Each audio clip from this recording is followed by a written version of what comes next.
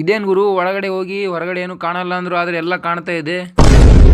ನಮಸ್ಕಾರ ಕರ್ನಾಟಕ, ನೀವು ಸಪೋರ್ಟ್ ಮಾಡ್ತೀರಿ ಅಂತೇಳಿ ವ್ಲಾಗ್ ಸ್ಟಾರ್ಟ್ ಮಾಡಿ. ನಮಗೆ ಲೈಕ್ ಶೇರ್ ಕಮೆಂಟ್ ಮಾಡೋದು ಮಾತ್ರ ಮರಿಬೇಡ್ರಿ. ಬೆಳಗ್ಗೆ ಒಂದು ಸೋಮನಿ ಗ್ರ್ಯಾಂಡ್ ಶೋರೂಮಲ್ಲಿ ಶೂಟ್ ಇತ್ತು, ಅದಕ್ಕೆ ಬಂದಿದ್ದೆ.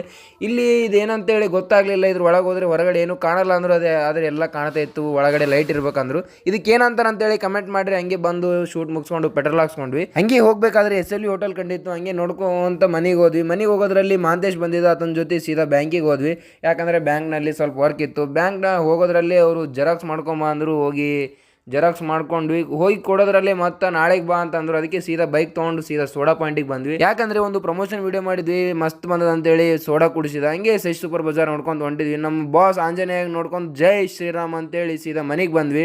ಹಂಗೆ ರೀಲ್ಸ್ ನೋಡ್ಬೇಕಾದ್ರೆ ಕೊರಿಯನ್ ಬಾಯ್ ಅಂತೇಳಿ ಕನ್ನಡಿಗರಾಗಿ ಕನ್ನಡ ಹಾಡಾಡ್ತಿದ್ರು. ಹಂಗೆ ಬಂದಿಲ್ಲಿ ನಾವು ಕಚೋರಿ ತಿನ್ಕೊಂಡ್ವಿ. ಹಂಗೆ ಸ್ವಲ್ಪ ಪ್ರಮೋಷನ್ದು ಸ್ವಲ್ಪ ಎಲ್ಲ ಸ್ಕ್ರಿಪ್ಟ್ ರೆಡಿ ಮಾಡೋದಿತ್ತು, ಯಾವ ರೀತಿ ಮಾಡ್ಬೇಕಂತೇಳಿ ಮಾಡ್ಕೊಂಡು ಮತ್ತೆ ಈ